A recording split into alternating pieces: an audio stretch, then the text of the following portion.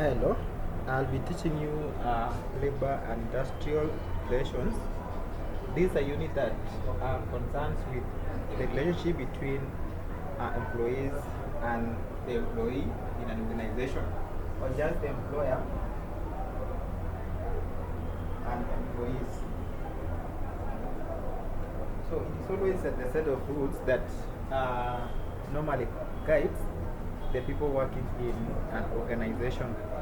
So it is always very important that we understand the need to have a good environment for employees in an organization. If that is not the case, you find that we are going to lose the meaning of employees in an organization. So what I could say is that for each and every employee, the environment must always be conducive, because always we've been hearing about strikes, about lockouts, and etc. These are things that always makes an organization or just a company not to produce or continue in production. Therefore, with the help of labor and industrial relations, we can be in a position now to make that kind of an environment to be conducive for each and every employee and also the employer, because it will be of uh, no necessity if for this case we have employees who are working but working in a poor environment. So it is always very important that we consider the employee, because it is always the employee that is going to take care of the customers in all the organizations. So we must have to make sure that the environment is conducive for each and every person in an organization. So also we have the policies that we always guide labor and industrial relations in an organization. Now, when we talk about policies, these are the statements guiding people to work in an organization, and specifically, we always have what we call human resource management policies, which are always guiding the employees in the workplace.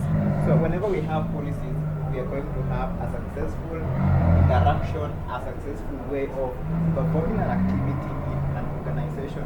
So, the importance of employee policies is always to give us a recognition to a trade or trade unions in organization.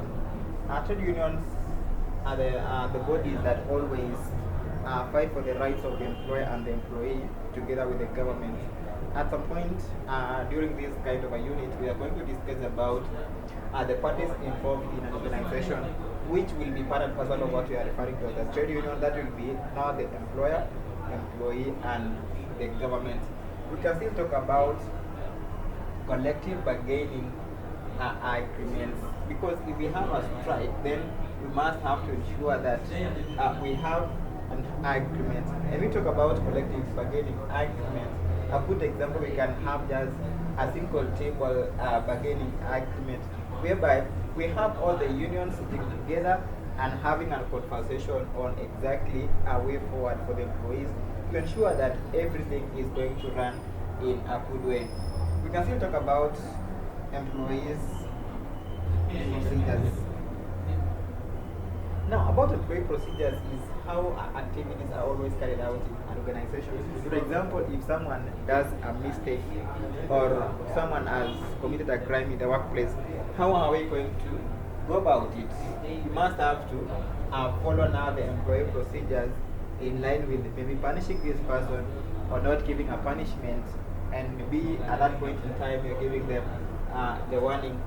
We're also supposed to talk about employee relationships, because if we don't have a good employee relationship in an organization, at every point in time we are going to have some kind of fights. Like we can talk about conflicts. What could be a source of conflict in an organization? Some employees could be the people now creating the conflict. Let's talk about maybe sharing the resources that are available in an organization. If they are not enough, it means not everyone is going to get. At the same time, if one person gets, another person does not get, and at the same time you want to achieve a common objective, it means you're going to have some kind of conflicts arising. Then we can still talk about harmonization of employee terms. An employee terms here would be just the mode of engagement between the employer and the employee. like about the salary, maybe leave days, and any other thing that this person would require. Then we also have the objectives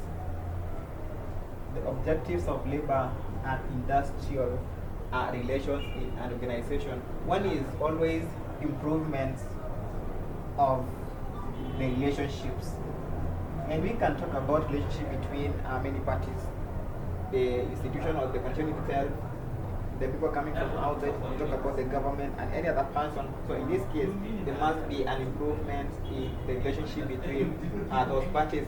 We also talk about de-recognize trade union, because if the trade union here is not fighting for the rights of the employees, then why should you have to recognize them? We can now, for this case, they recognize them so that you can have a better environment. Then we can still talk about introduction of the same thing I've talked about, that is single table bargaining. So by the end of the day, we'll be having each and every person on board when it comes to issues concerning an employee. Then we can still talk about developing approaches on how to handle issues concerning employees in an organization. So what I could say is that it is always very important that we have a good relationship between employees in an organization.